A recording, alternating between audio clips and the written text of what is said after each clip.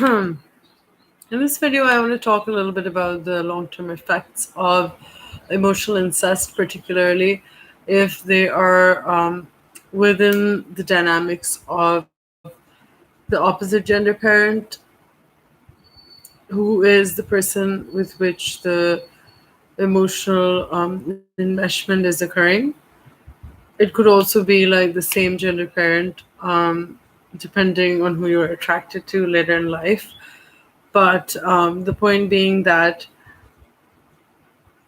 because there is an over reliance on the child, a substitution of the child to fulfill the role of the adult parent, the child having their own needs marginalized, suppressed, and met with this heavy burden of becoming the parent or the partner, basically, for that parent. This affects their own sense of sexuality, their own perception of gender, their own ability to have sexual relations.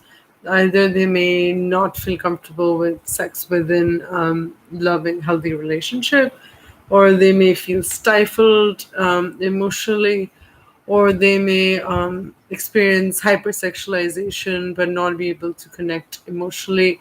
When they do, they may feel guilty for abandoning their parent.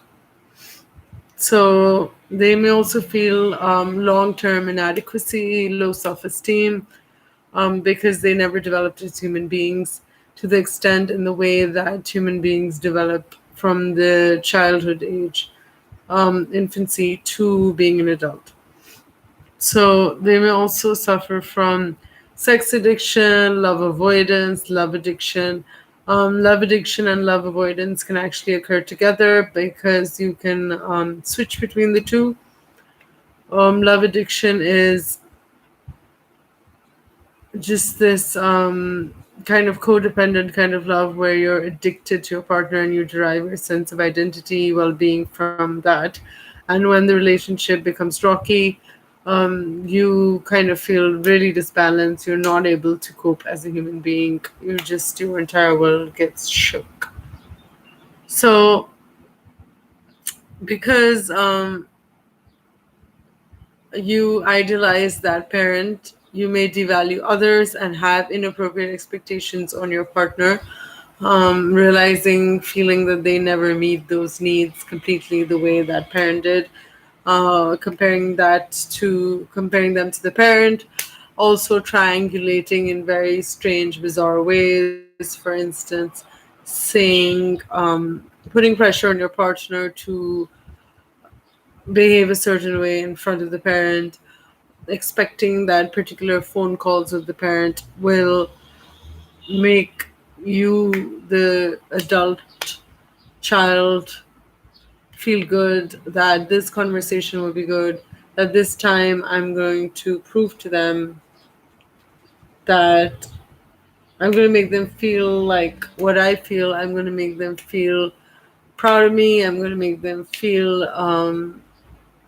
guilty for doing this to me. There may be a lot of variations of that, but basically to get this kind of like reaction from them, because enmeshment basically means that that the parent is overly reliant on the child to fulfill the needs that a partner would fulfill. And there are little to no boundaries. So this dependency is felt by that child, of course.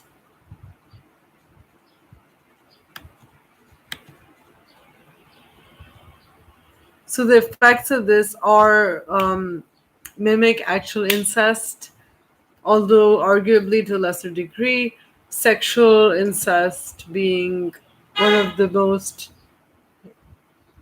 damaging forms of childhood trauma, childhood abuse to date, because it is happening within the parental dynamic.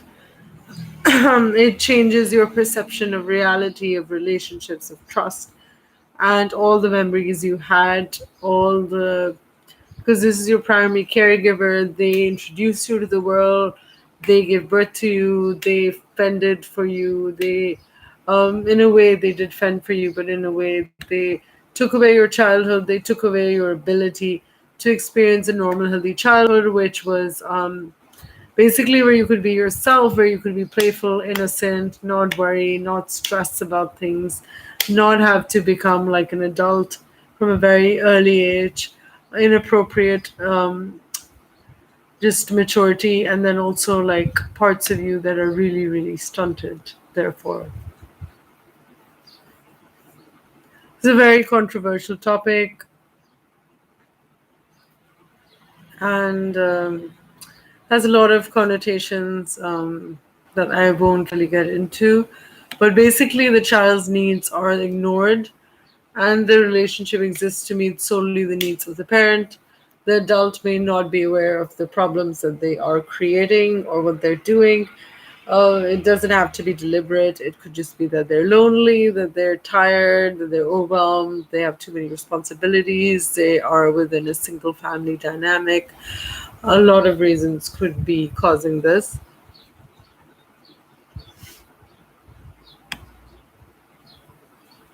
And this is considered a form of sexual incest. A lot of people do not agree or like that term, and in therapy, often that term is avoided because it is so heavily laden with taboo, stigma, violating the rules of conduct that is established for most of society. So, when you force the emotional role of a spouse onto your child, you are handicapping them in many, many ways. For their entire lifetime, they will struggle for this. And by making your child the object of the parent's affection, love, passion, and preoccupation, usually you're excluding the spouse themselves from that dynamic by overly relying on the child. You could be basically neglecting your other children, and usually it's the eldest son, eldest daughter, depending on gender socialization. But usually the eldest is the one thrust into this role.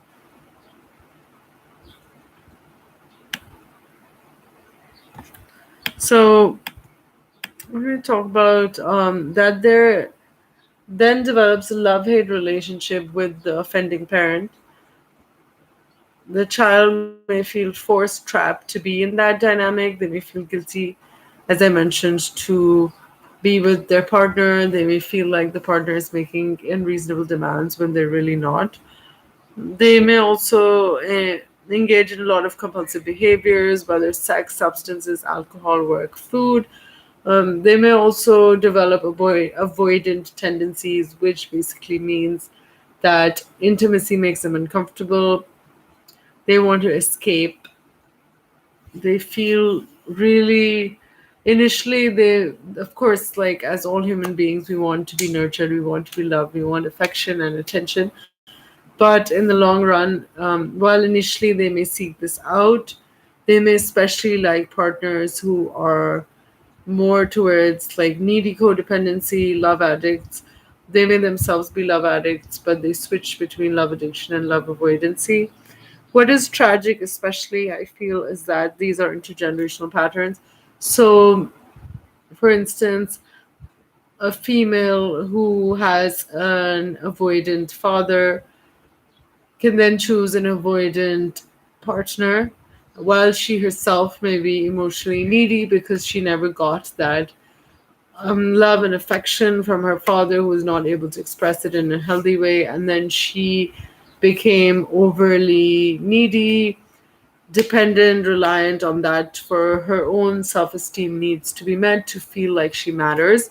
And when that's not met, she may completely go into chaos, crisis, breakdown mode. This is just an example, but it could also be the other way around, because usually children who have either avoidant parents or enmeshed parents become the opposite. So For instance, if your mother is emotionally enmeshed with you and you're a boy, then you grow up to be an emotionally avoidant son, and you can switch between love addiction, love avoidancy. But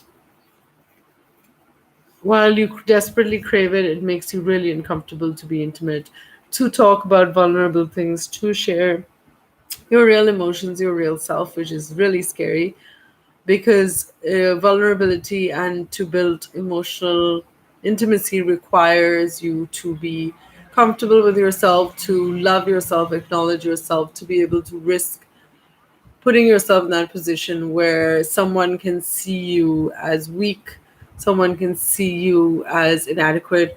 And people who already feel inadequate, who feel low self esteem, do not want to usually do that unless they are, like designed to be or inclined to be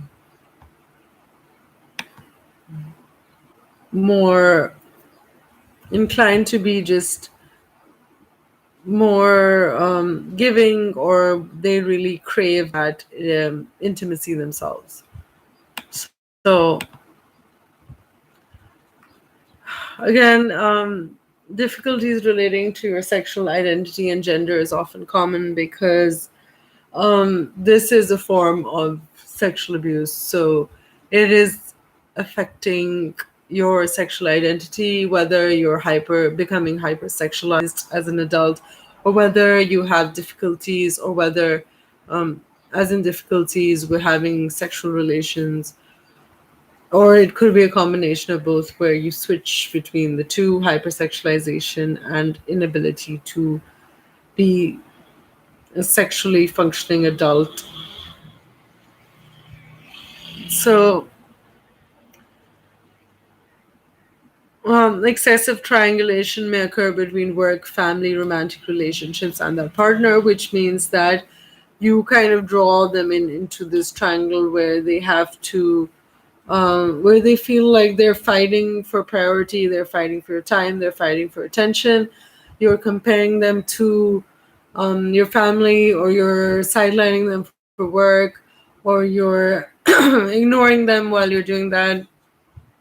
You're making them feel like they have to adapt to the way your family structure works versus the family adapting to your relationship, because healthy relationships require you to basically create your own rules, which are based on the needs of the two people in that relationship, rather than catering to what some external party wants, whether that is your neighbors or your relatives or your family or society in general. It's pretty codependent, and then it's just not healthy. It's basically like, because you're used to enmeshment, you bring in all these other players into your relationship, and you're not able to create boundaries around your relationship, which impacts your relationship. And of course, your partner starts resenting your in-laws. They may find it difficult to speak to you. When they do speak to you about it, you don't understand what the problem is. You feel your partner is being unreasonable, they're being jealous, they're being hateful, all these things. Then one thing I've seen especially is that self-care goes out the window for this child, because they never learned how to take care of themselves, whether emotionally. They never learned who they are as human beings, because they were always merged. Their identities were merged with their parent. So now this avoidance is a way for them to subconsciously reassert their boundaries by distancing themselves from other people. And this can show up as internet addiction. This can show up as addiction to food, to just like shopping, to inanimate objects, basically.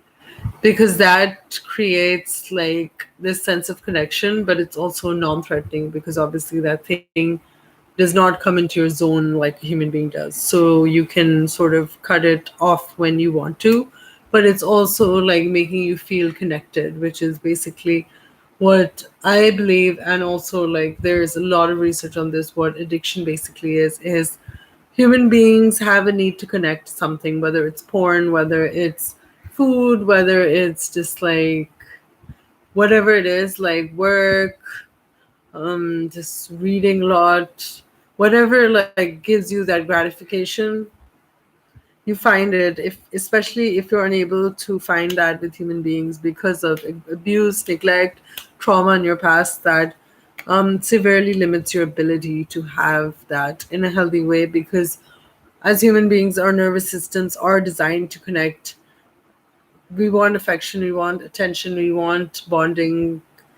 We all long for that, but when we're not able to have that, that need is frustrated, we develop addictions with TV addiction, Netflix binging, whatever it may be. It can take so many different forms. There are a lot of addictions out there. So that is basically like long-term effects that being a parent's primary source of support leads to later on in life.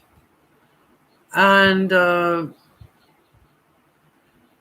it can lead to just not being able to accept your partner as an individual human being, not being able to realize their needs are important, not being able to cater to them, feeling suffocated, frustrated, not realizing that, of course, emotional closeness is a normal thing to have within a parent child dynamic. But when that becomes like unhealthy, is when there is this compulsive, there is like a regular crossing over into the child's boundaries, which consist of the child's emotional needs, which consists of the child's physical needs. So basically, the parent is overwhelming their physical needs, whether basically not feeding the child or expecting the child to go out and do things for them, whether basically consuming that child, their child's emotions, in terms of crossing into their emotional area and telling them, oh, I'm so sad, I need you to help me feel better. Oh, I'm so sad, this is happening. Oh, I'm falling apart, you have to pick me up, you have to support me emotionally, you have to make me feel better. And of course, a lot of the times it's not like overtly said that you have to do this. It's just that the child can see that this is happening and they feel terrible for the parent, and they have a closer bond, or they have developed this relationship. And this is cross generational bonding, it goes on intergenerationally.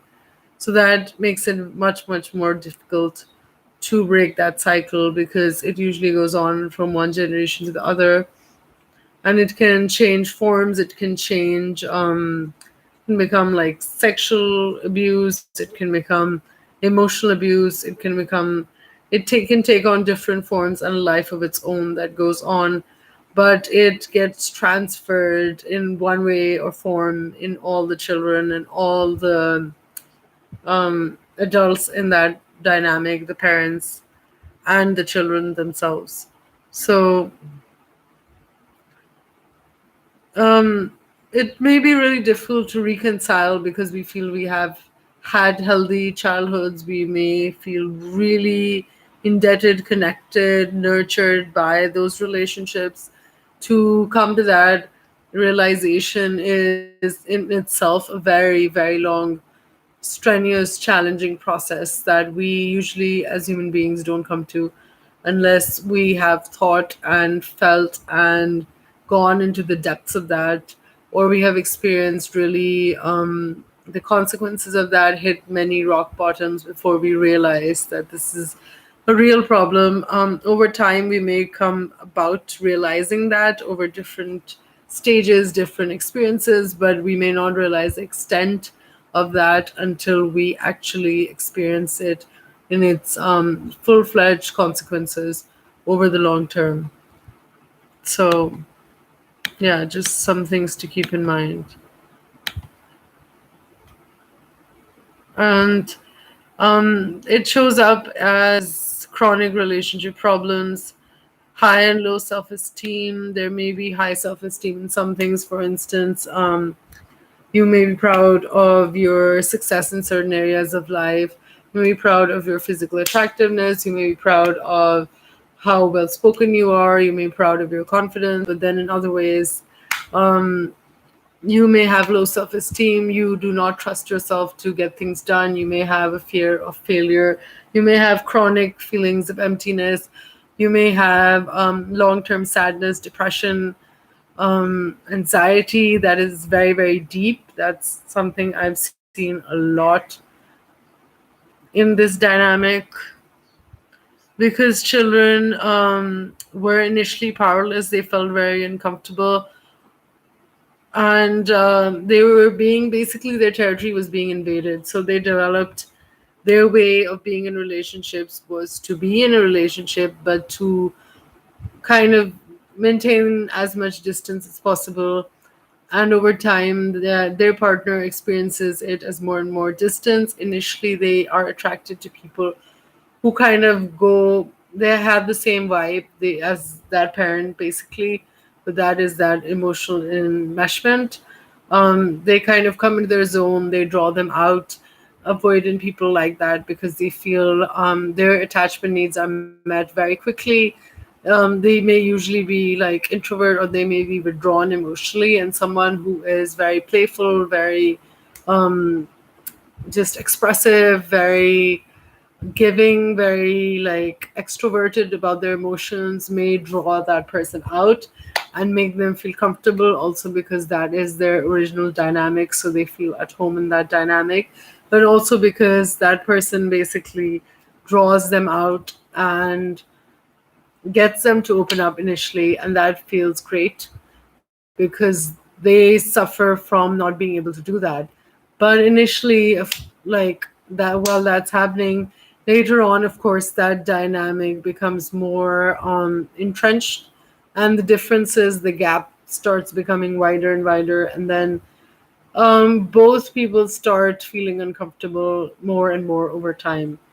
And unfortunately, someone who is avoidant chooses this pattern again and again, and someone who is like emotionally like a love addict, emotionally enmeshed, experiences this pattern of being with an avoidant again and again and again. Different relationships, marriages, they or they may be with people who are completely unable, like their parent, to meet their emotional needs, whether they're narcissistic, whether they're abusive, or whether they're avoidant. And on the other side of the dynamic, and on the other side of the dynamic is the avoidant person who again and again chooses someone who is either like totally neglectful of their needs, whether abusive, or is enmeshing again and making them feel all the same childhood wounds, to the point where eventually the relationship reaches this crisis point where it can no longer sustain itself because the two people's needs are so different and they are basically constantly triggering each other. And that it creates more fights, more antagonism, irritation, avoidance, or distancing, and the needy partner becomes more and more frantic, even suicidal, feeling alone, feeling more alone than they would feel. Their fear of loneliness, their abandonment is triggered. And then they come at the person who's avoidant more and more, and that person who's avoidant starts distancing more and more. And then the cycle continues. Eventually, what happens is that either the person who's needy leaves because they realize that their needs are not going to be met, or they just kind of get tired and they stop pursuing. And this is a pursuer distancer dynamic, which is very, very common. So they stop pursuing, and then the person who has been avoiding starts pursuing them. And they start making moves, they start making gestures of affection, just approaching them, trying to talk to them, trying to engage them somehow, whether physically, emotionally, whatever. And then for a while, the person who is needy feels like, oh my god, they feel good about it. They feel like maybe the dynamic is changing, or that their partner is coming around, their partner finally gets it. But then again, like after a while, like when that person becomes comfortable, that person either the like distancer starts distancing again, or the pursuer starts pursuing again. Eventually those cycles start getting repeated again and again, and you stay stuck in that same dynamic unless there is a way to break out of it. Either you leave or you go to therapy, whatever it is. Both partners have to come together to work on that. If the relationship has any chance of success, that is the only way it can work. So I've done another video on opposite attachment styles. This is very closely connected to that, and how people who have opposite attachment styles so often find themselves together. So because in one dynamic, the parent is using the child to satisfy the needs that should be met. And like from the other attachment style, the opposite attachment style, which is like the avoidant, and then there is the love addict. So the love addict is basically their needs have been ignored, so that is why they're so needy. They want to go out of their way to make people feel comfortable, to talk to people, to just basically they are givers, they sacrifice their own needs. And whenever they're doing that, they're fulfilling a subconscious need because they feel that people will leave them, people will abandon them, they won't like them. They've been guilted, shamed themselves into just surrendering their own space, their own needs, not vocalizing what they want. So both people kind of feel comfortable with each other because they both have this dynamic that they didn't develop a sense of self. Their needs were always put later, but their ways of relating are either opposing, or they are switching between the two, or they can have both like fragmented styles where the person who is a love addict is also using avoidance and approach tactics because they have a fear of abandonment, but they also have this fear of losing themselves because either like one of their parents was enmeshed and one was avoidant. So there is like that coming together. So yeah, so when children do the parenting, there is obviously a cost to the child. The child rarely feels protected, nurtured, guided. They don't have discipline in their lives, structure, affection. Their own needs have been thwarted along the process. So there are many dynamics in which this plays out, but common profiles are: one parent is lonely, lacking sufficient companionship and support, and the other is less involved, not there, or just avoidant himself. So basically, this dynamic can keep getting played out. If one of your parents is enmeshed, the other is avoidant, then either you become enmeshed or avoidant, or a mixture of those two. Then you find someone who is similarly attached with that attachment style. Our attachment style is basically like how we attach to our primary caregivers as children, as infants, from 1.5 to 3 year olds, but could be till 5, 6 year old. And then that's how we attach to people later on in life. So if we are needy, then we keep replaying that dynamic and we choose people who are unable to meet our needs consistently, and that makes our own attachment needs worse over time. And it can make us more desperate. And then similarly, if we are avoidant, we find people who just keep coming into our zone and meshing, and over time we may become more and more avoidant and then feel more and more lonely because of that, because obviously we want to connect, we want to form relationships, as does everyone else.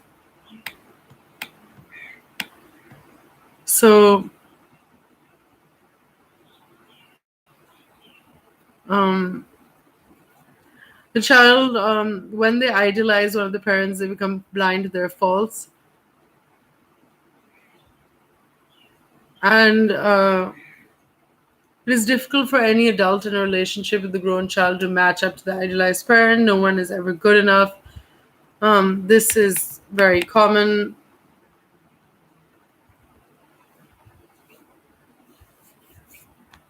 And then there's also like when you parentify the child just loses their sense of self and finds it really hard to regain that.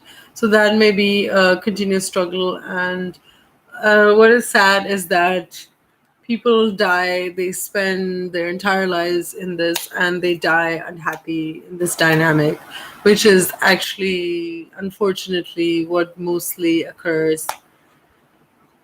Of course, things are changing, things are getting better with awareness, with therapy, but unfortunately, most people don't realize they have these issues. They just continue to struggle for the rest of their lives. So there is hope out there, but then to get there, you have to be aware and to be able to accept these dynamics that can kind of change your entire perception of the world. And because your parent child relationship is so fundamental to who you are, it is very difficult to accept that it might not have been the healthiest. So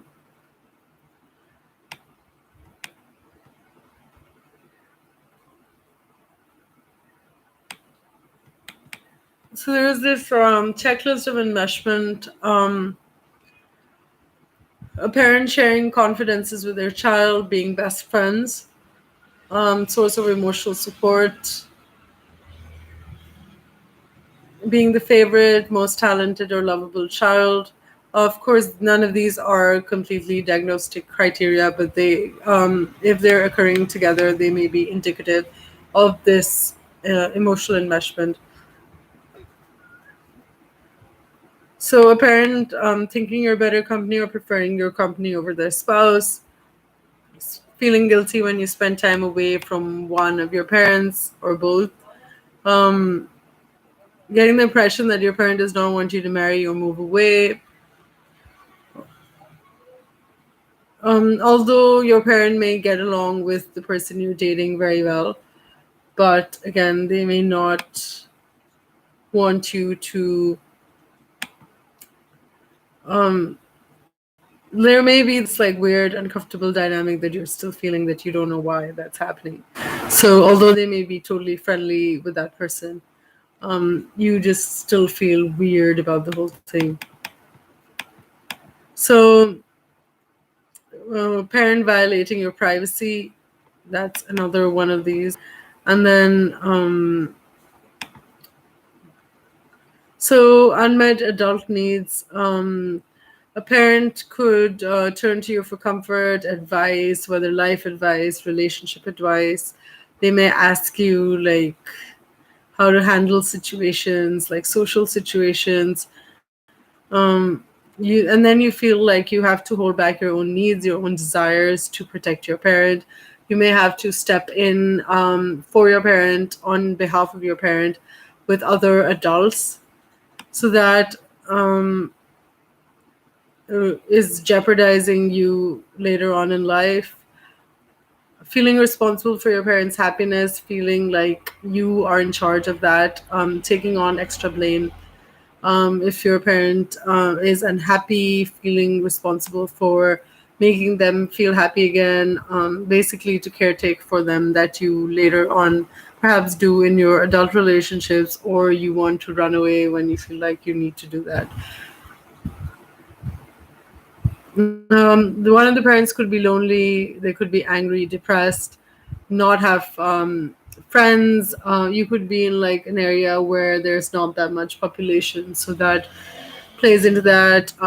Often people who are alcoholics or have drug problems, drug addicts, their children could be in this situation.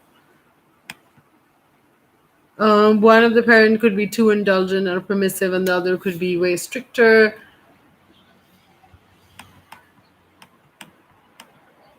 So your needs are often ignored, neglected. You can be called hurtful names when you don't come through for your parent, they can get very antagonistic, and to avoid that, you just kind of do more and more over time. So these parents may develop unrealistic expectations of you, and you feel compelled to live up to those. They can be very critical of you. You can have fantasies of running away or hiding from that parent. Other families seemed emotionally less intense than yours. Yours may have seemed very functional to the outside world, but to you, you just kind of felt something was off, and you really didn't know what that was. It felt like a relief to get away from home. You felt invaded by a parent. So if you have like 10 or more of these, and there is like a much longer list, I'll post in the description of this. But if you felt like 10 or more of these, it's indicative of emotional incest. So not saying completely that this was the case, but it's likely or possible that that was there. So you can feel privileged and victimized. You feel polar opposites. So your personality is fragmented because of this. You can feel talented in certain things, worthless in others, blessed and cursed. Um, Sometimes these are felt on a daily basis, every few hours, every few situations that come up. You feel all of these, and that can be very confusing and disconcerting for you as an adult. Um, every privilege you get from parent, they may be like antagonistic reactions from the spouse, the other spouse, or other siblings who are jealous, who don't like this kind of attention imbalance in the whole dynamic. So then there may develop the victim aggressor savior paradigm, where everyone's switching roles. Sometimes someone is being the victim, sometimes one is being the aggressor, then someone else is coming in as the savior. So the savior child is then the parentified child is then like becoming antagonistic when they get sick of it, and then the parent like becomes more of a victim, or they become an aggressor. They start guilting them, and then the child just kind of quickly abandons that antagonistic role and they come back to the victim role. It just like switches, that dynamic keeps on repeating itself in different ways and forms. So self-image can widely fluctuate. Fear of rejection. The chosen child may feel unlovable, which is a contradiction because being enmeshed provokes resentment. But then they feel like to win one parent's love, they have to lose another's love. So if they're rejected by that other parent, they feel the blame, they feel unworthy, they feel and they also feel like resentful because they feel like to be loved by this parent who is depending on them excessively, they sacrifice their own needs. So that creates a sense that subconsciously their needs are not important, and that makes them feel terrible. But they can still keep caretaking. So eventually this can lead to social isolation with your own age group, and feeling inferior, feeling inadequate, denying your needs, and then also obviously developing all these self beliefs like don't rock the boat. You are a very responsible person, you are a good child. All these messages that anything that deviates from that sets you off. As soon as someone says you're irresponsible, it makes you feel terrible, and you go back into trying to prove that you are very responsible because the identity that you've formed is closely related to that belief. So so the messages can be you are so special, be what I want you to be. I have needs that I want you to satisfy. I expect more out of you than the others. You make my life worth living. Um, you were such an easygoing child. Basically, don't feel anger, sorrow, or pain. If you do feel it, don't express it, hide it. And then, like, it becomes much harder to realize when you're actually feeling it later on. So being normal or average is humiliating. Having these other emotions that other kids have is not normal. It's beneath you. You can have a compulsive need to succeed, which can show up as perfectionism. You can have fear of commitment, because problems with love relationships are the rule, not the exception for this chosen child. Fear of intimacy, fear of commitment can often accompany all of that. And then your sense of identity is so dispersed, you don't know your own thoughts, feelings, and opinions. So you're easily influenced by other people, but also especially by that parent in particular, or by both the parents. So that parent can expect you to mirror their own traits. If they're neurotic, then you become neurotic. You become anxious the way they are, and they can say that we're pretty alike. We're both, we feel the same, or you can just start feeling so much connection, and because there are no boundaries, you kind of become confused between their feelings and yours, and you take on theirs as yours.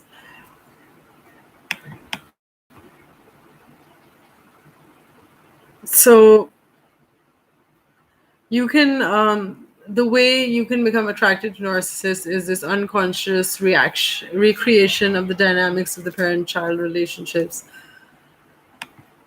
So there's a lot more on this that I will go into later in later videos, but I'm gonna end this one for now because I don't want it to get too long. So yeah.